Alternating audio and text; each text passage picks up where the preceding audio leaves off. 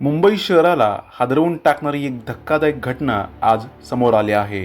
मुलानेच आपल्या आईचा खून केल्याचा प्रकार उघडकीस आला आहे। या घटनेमुळे संपूर्ण परिसरात खळबळ उडाली आहे।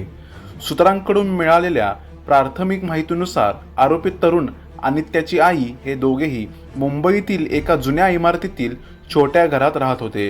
गेल्या काही महिन्यांपासून घरात वारंवार वाद होत असल्याची माहिती शेजाऱ्यांनी दिली आहे।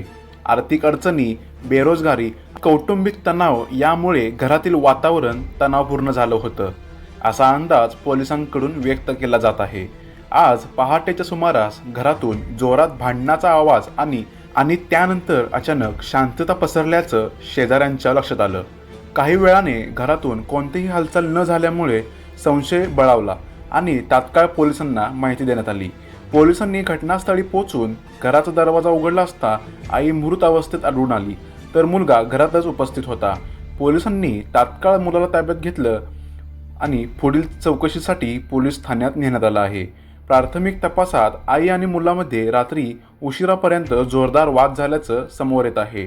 शेजाऱ्यांच्या म्हणण्यानुसार याआधीही अनेकदा घरातून वादाचे आवाज ऐकू येत होते, मात्र आजचा वाद प्राणघातक ठरेल असं कोणालाही वाटलं नव्हतं।